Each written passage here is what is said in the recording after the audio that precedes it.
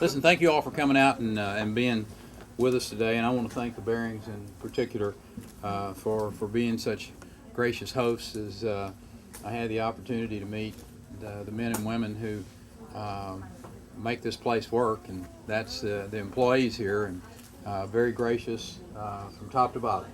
So that's to say that we really appreciate what you do.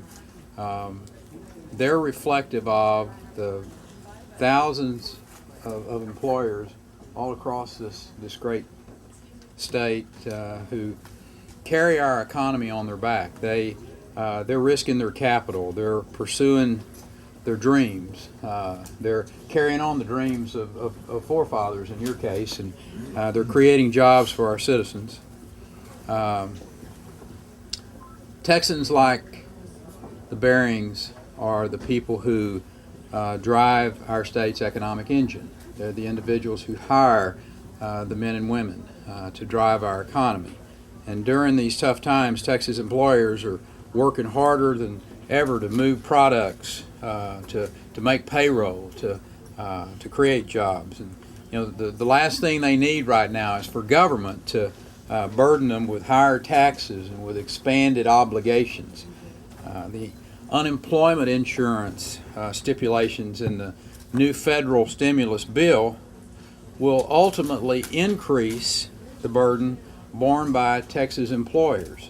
It'll have a direct impact on the people that they hire, and for that matter, those they don't hire because of that increased burden on their business. That's why I'm here today at a company like Bearings to stand with Texas employers and the millions of Texans that they employ in resisting further government intrusion into their business by opposing the federal government's push to expand our state's unemployment insurance program. Changing the Texas terms of unemployment will not only cause employers to change their hiring practices, it'll also increase their tax burden for years to come, leading to higher priced products, hindering their ability to overcome the current economic challenges. And the math is pretty simple. Employers who have to pay more taxes have less money to meet their payroll, hire new employees to grow their business. It's really that simple.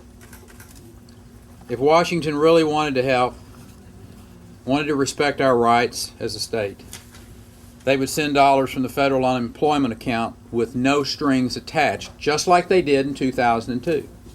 Instead, Washington is using this bill to force our legislators to enact policies that have been repeatedly rejected as wrong in Texas. Again and again, we hear the purpose of the federal stimulus legislation is to create jobs, but this portion of it will actually slow job creation. I understand that the national economy is in a tough spot, and I feel deeply, and I feel strongly for those Texas families who are directly experiencing the effects of this economic turndown because a breadwinner in their family has lost a job. As governor, I represent all of our citizens, Texas workers, the employers who create their jobs, as well as those folks who are looking for a job. If you are an unemployed Texan and lost your job through no fault of your own, our state's unemployment system has covered you and will continue to cover you and to help all Texans who are pursuing a full-time job. In fact, we've already accepted increased funds from Washington that had no strings attached that will provide an increase in the benefits through the end of this year. My focus has been and continues to be cultivating an environment that creates more jobs and opportunities in the state of Texas. That's why I'm so concerned about the belief that has gained a foothold in our national consciousness that the best and only way to solve our nation's problems is to drown them with this huge supply of taxpayer dollars. The calls to take the money and sort out the consequences later are really troubling to me.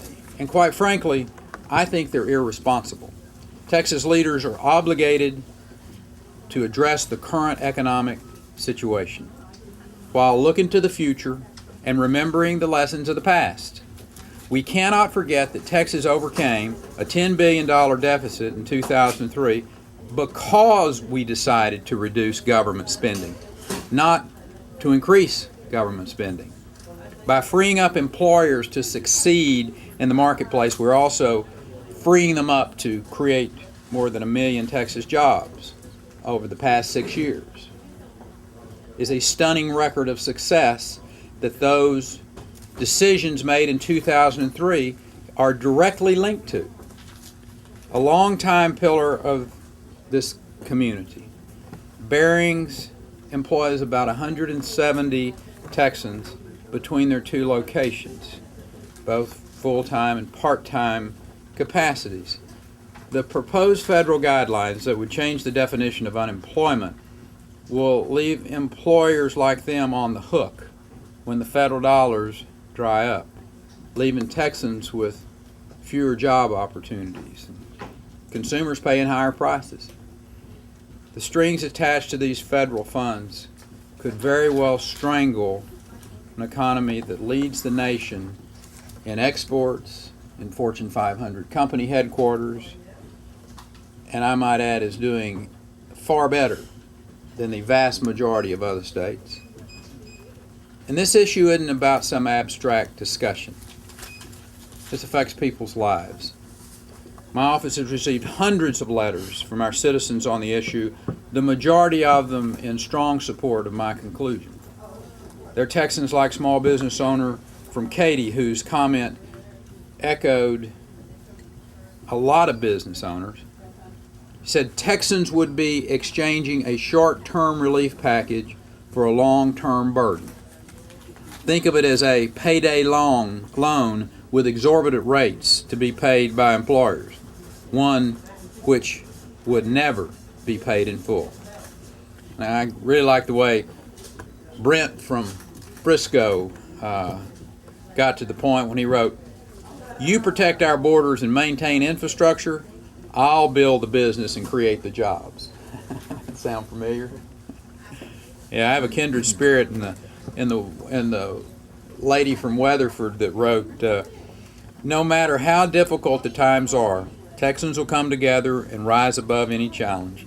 I hope you will not take what appears to me to be a quick fix, leaving us with more federal rules, regulations, and penalties."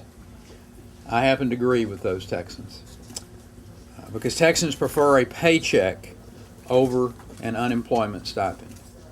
We will continue to cultivate an economic climate that decreases burdens on employers, that continues to attract investment into this state and create jobs for Texans. This will give our state the best chance to succeed in the months and years to come.